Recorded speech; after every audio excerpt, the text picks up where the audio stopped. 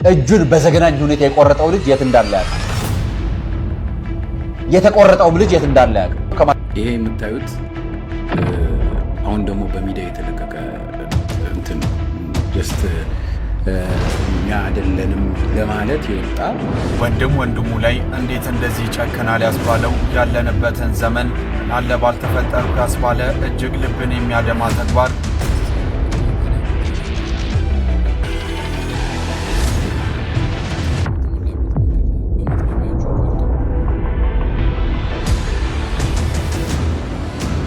ሰላም ለእናንተ ይሁን። እንደምን አላችሁ? እንደምን ቆያችሁ? አሜን። አምላከ አበው ቅዱስ እግዚአብሔር ስሙ የተመሰገነ ይሁን። በዛሬው ቪዲዮ እንግዲህ እንደማገዶ እንጨት እጁን በመጥረቢያ የቆረጠው የበይሰሞኑ ልጅ እጅግ በጣም በሀገራችን ላይ ዘግናኝ ጨካኝ የሆነ ነገር ተፈጽሟል ማለት ነው። በዚህም ዙሪያ አንድ የመከላከያ ወታደር አባል የሆነ ልጅ እንግዲህ ስለ ጉዳዩ በተለይ ደግሞ ከግድያው ጀርባ ያሉ እውነታዎችን አውጥቷል ማለት ነው። እንደ መከላከያ አባል እውነቱን ተናግሯል ባለው ሁኔታ ላይ ምን እንደሚመስል ማለት ነው። የተለያዩ ጉዳዮች በዚህ ዙሪያ የተነሱ ይገኛል። እሱን የምናየው ይሆናል። እንዲሁም ደግሞ የቅድስት ድንግል ማርያም ቤተክርስቲያን ሊፈርስ ምእመኑ እጅግ በጣም ጩኸት ላይ ነው፣ ድምጻችን አሰሙ እያሉ ነው። እሱን የምናይ አብረን ድምጻችን ስለ ድንግል ማርያም ቤተክርስቲያን እናሰማለን ማለት ነው። ህጉ ምን ይላል? የልማት የኮሪደር ልማት በሚል ቤተክርስቲያን እንዳይፈርስ ህጉ ምንድን ነው የሚለው? እንደዚህ ያለ ቦታዎች ሲፈጸሙ ሲፈለጉ ህጉ በምን አግባብ የሚያስተናግዳቸው የሚለውን አብረን የምንመለከት ይሆናል። እስቲ በቅድሚያ ይሄን ቪዲዮ እንየው። ብዙዎችን ያስቆጣው ህዳር 3 2018 ዓ.ም በ10 ዓመት ህፃን ላይ እገታና በአሰቃቂ ሁኔታ ህይወቱ እንዲያልፍ አድርጎ መጸዳጃ ቤት ውስጥ የጣለው ተከሳሽ በዛሬው ዕለት ፍርድ ተላለፈበት። ዛሬ ህዳር 18 2018 ዓ.ም በዋለው ችሎትም የግራና ቀኙን የቅጣት አስተያየት በመቀበል ከመረመረ በኋላ ፍርድ ቤት ተከሳሹን በሞት እንዲቀጣ ወስኖበታል። ስክሪኑ ላይ የምታዩት ሰውዬ ማለት ነው እጅ ቆራጩ ነው ማለት ነው። እና የእጁን የሚቆርጠው ሰውዬ ማለት ነው ከስር ድንጋይ ላይ አድርጎ እጁን አምጣ ሲለው እሺ ብሎ እጁን ይሰጣል። ምንም አያለቅስም ማለት አይጮህም። አምጣ ብሎ ሲዛ ቆረጠበት ማለት ነው በመጥረቢያ። ከዛ ትንሽ የስጋ ጠልጠል ብላ ስትቀረዛ ይዘህ ሂድ ምናምን ይለዋል። እሺ ብሎ ተነስቶ ያንን እንደዚህ አንጠልጥሎ እየሮጠ ይሄዳል ማለት ነው። ምን አይነት ጭካኔ ነው? ወንድ አይደለህ እንዴ አንተ? ምን አይነት ትርጉም ነው? በጣም ነው የምታስጠላው። ማርያምን እኔ ምንም በቃ መተኛት አልቻልኩም። ቪዲዮ ላይ ቴሌግራም ላይ አማራ እንደዚህ ጨካኝ ነው እንዴ? እንደዚህ ጨካኝ ነው? እኔ አማራ አይደለሁም ከአሁን በኋላ። ማርያምን ነው የምላችሁ። በጣም አረመኔ። አንተ ወንድምህን እንዳንተ ወንድ ነው እንዴት እንደዚህ ታደርገዋለህ? ምንም እንግዲህ ቪዲዮውን ያየው ሰው ልክ እንደዚህ ነው የሚያለቅሰው። እህታችን እንዳለቀሰችው አይነት ለቅሶ ነው የሚያለቅሰው። ማንም ይሄንን አይቶ ሊቋቋም የሚችል አይደለም ማለት ነው። እና ኢትዮጵያ ውስጥ ምንድነው እየሆነ ያለው? ከዚህ በፊት አንዲት እህታችን ጡቷ ተቆርጦ ተገደለች፣ በግፍ ሞተች። ህፃናት እንደሰማችሁት በግፍ በጭካኔ እየተደረገባቸው ያለው ነገር እንጂ በጣም ያሳዝናል።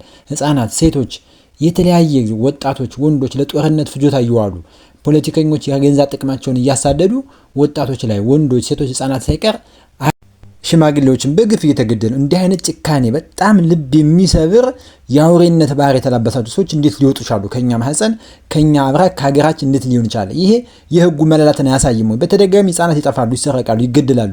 ሴቶች ይሰረቃሉ፣ ይጠፋሉ፣ ይደፈራሉ፣ ይገደላሉ። ወንዶችም በእንደዚህ አይነት አሰቃቂ ሁኔታ ይገደላሉ። ፖለቲካው ያመጣው ፍጆታ፣ ጦርነቱ ያመጣው ነገር እና ማንም ኃላፊነት ሊወስድ አይፈልግም። እኔ አይደለሁም ይላል ያኛው አንጃ፣ ይሄኛው አንጃ እኔ አይደለሁም ይላል። እጅግ በጣም ያሳዝን ነው። እስኪ ይሄን ቪዲዮ እንየው። ድረሱ የተዋሕዶ ልጆች! ፍትህ ለኦቶና ደብረ ጽዮን! ፍትህ ለወላይታ ኦርቶዶክሳውያን! መንግስት ከቤተ ክርስቲያን እጁን ያንሳ። ማንኛውም ኦርቶዶክስ አንገት ላይ ማተብ ያሰርክ ይህንን ቪዲዮ ሼር፣ ኮፒ ሊንክ፣ ሪፖስት እያደረጋችሁ ለመላው ኦርቶዶክሳውያን አድርሱት።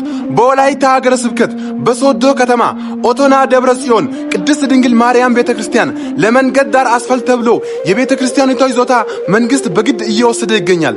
እቺ ቤተ ክርስቲያን ብዙ ቤተ ክርስቲያኒቷን ያፈራችው ታሪካዊና ጥንታዊታ ዛሬ በዚች ቤተ ክርስቲያን ላይ በደልና ግፍ እየተፈጸመ ይገኛል። በአሁኑ ሰዓት የወላይታ ኦርቶዶክሶች እያለቀሱ ይገኛሉ።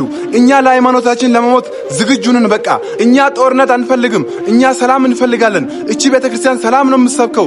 ነገር ግን በሃይማኖታችን ላይ ከመጣችሁ እግዚአብሔር ምስክሬ ነው፣ ማንንም ሰው እኛ አንፈራም። ስለዚህ መንግስት ከቤተ ክርስቲያን እጁን ያንሳ። እኛ በሕይወት እያለን እቺ ቤተ ክርስቲያን ማንም ሰው አይደፍራትም። እኛ ለዚች ቤተ ክርስቲያን እንሞታለን እንጂ መቼም አንፈራም። እኛ ሌላ ነገር አንፈልግም። እኛ የቤተ ክርስቲያኑን ይዞታ ይመለስ በቃ።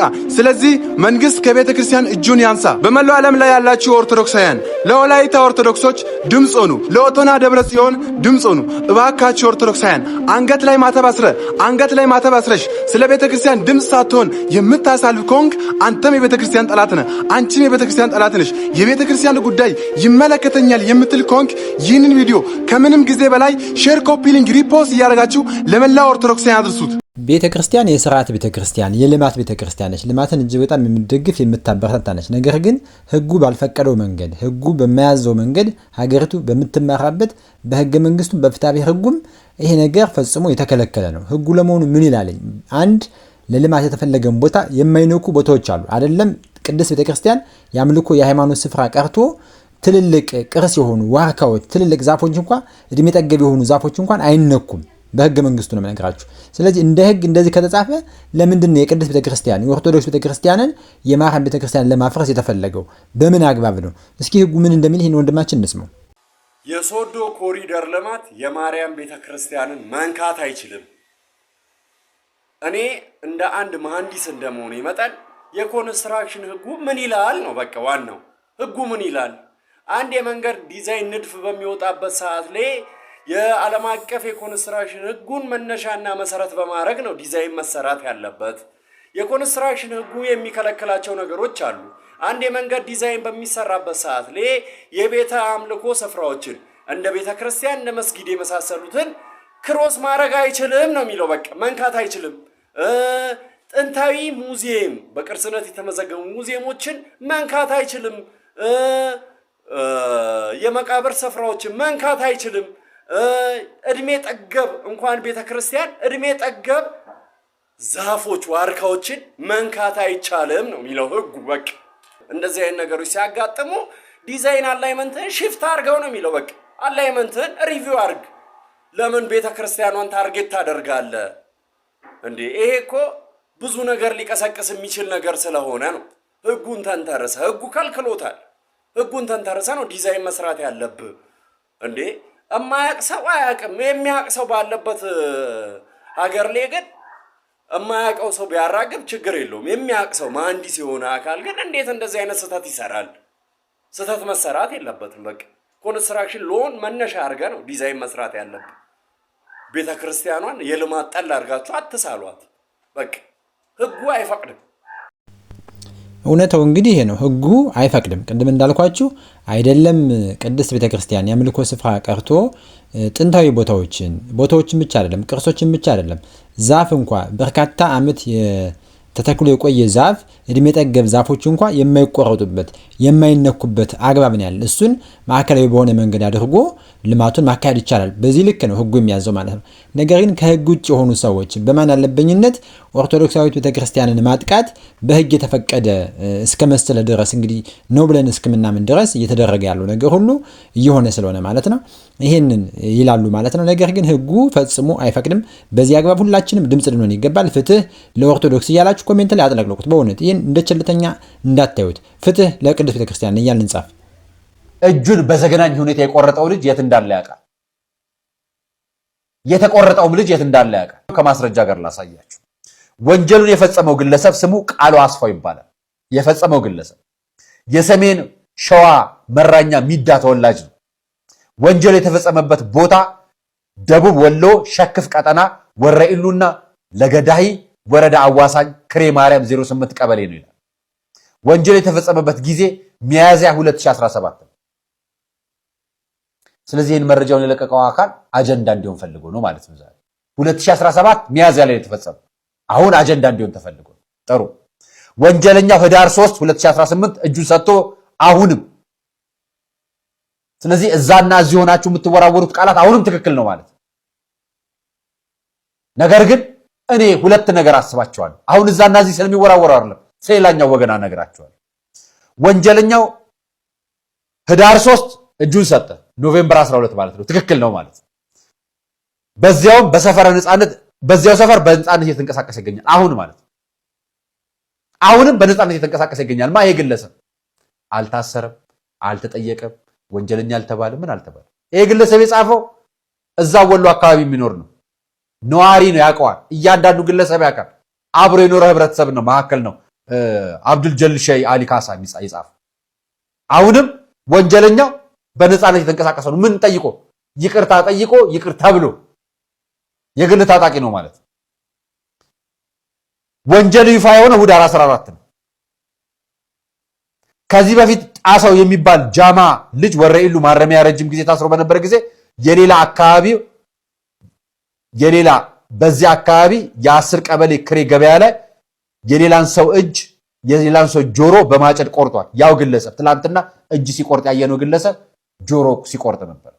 ስለዚህ ይህን መረጃውን የለቀቀው አካል አጀንዳ እንዲሆን ፈልጎ ነው ማለት ነው። ዛሬ ቅድም መግቢያ ላይ እንደነገርኳችሁ እንግዲህ ወጣቶች በፖለቲካ ሰበብ ይሞታሉ፣ ይገደላሉ፣ ሞታቸው በይፋ ይታያል ማለት ነው። ይሄ እንግዲህ አሰቃቂ ግድያ መንግስት ሊገልጡ አይገባም ነበር፣ ግን እንዲወጣ ይደረጋል። ምክንያቱም አጀንዳ እንዲሆን ይፈለጋል።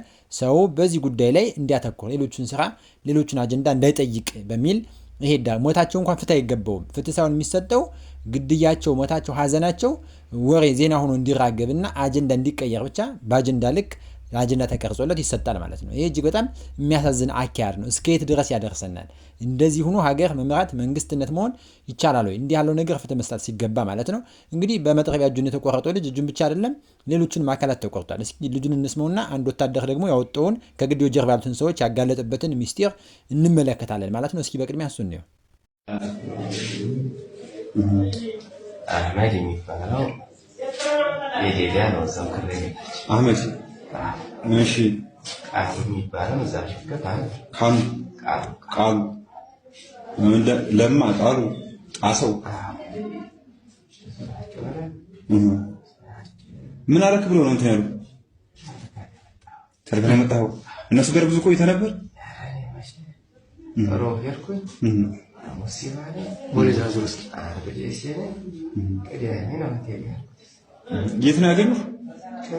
ክሬ 010 የጃማው ልጅ ምን አለ? የጃማው አዋጅ ዋናቸው ማን ነው የሚባለው? ጣሰው አፍንጫው ላይ ሳት ነገር ተቃጥሏል።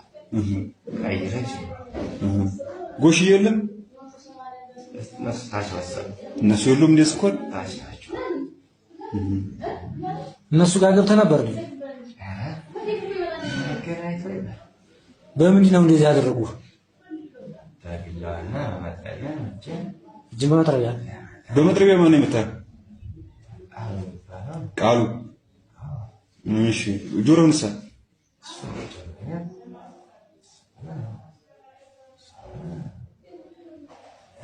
ለጋሞ ሰላም አስከባሪ ነበር እንዴ? እዚህ አይንት መከላከያ ሄጄ ለማሰልጠኛ ነበር።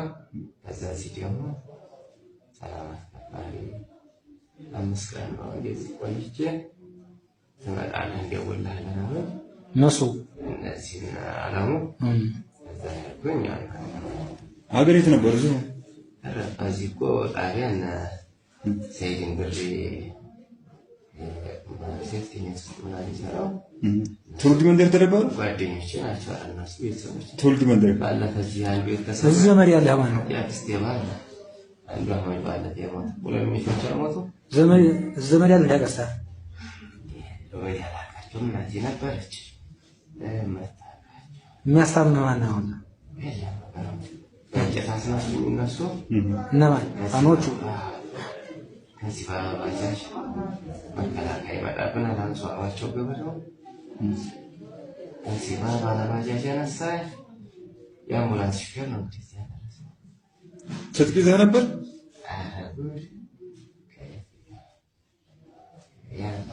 የት ቦታ ላይ ነው ያደረጉ? ክሬ የከተማው ክሬ ማርያም የምትባለው ያኛው። መቼ ነው እንደዚህ ያደረጉ? ዛሬ ስንት ሰዓት? ትናንትና 4 ሰዓት ነው እንደዚህ ያደረጉ?